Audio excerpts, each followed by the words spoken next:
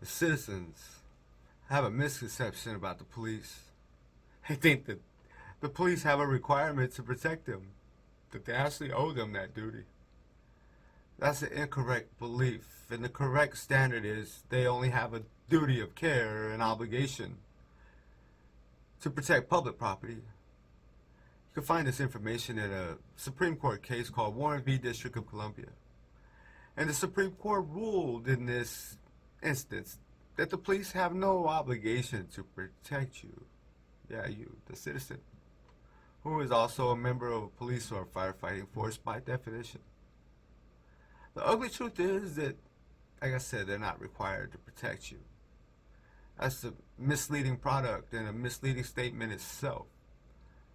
They have no obligation to protect anyone other than the public property. And that all belongs to the government.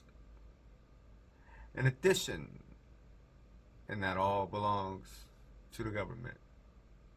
In addition, what if I told you you were government property? You most likely wouldn't believe me. You would probably argue, refute, call all kinds of nonsense ridiculous without having any factual material to back up your argument. So here, I'm going to present you the facts and the truth that you can't see because you have the wool pulled over your eyes. The truth is, if you could even see the truth, you couldn't even see that you're behind the bars and that false belief actually confines you with this false information. This misleading narrative about life and your hard work just goes down the probile rabbit hole, like the shit that you flush down the toilet.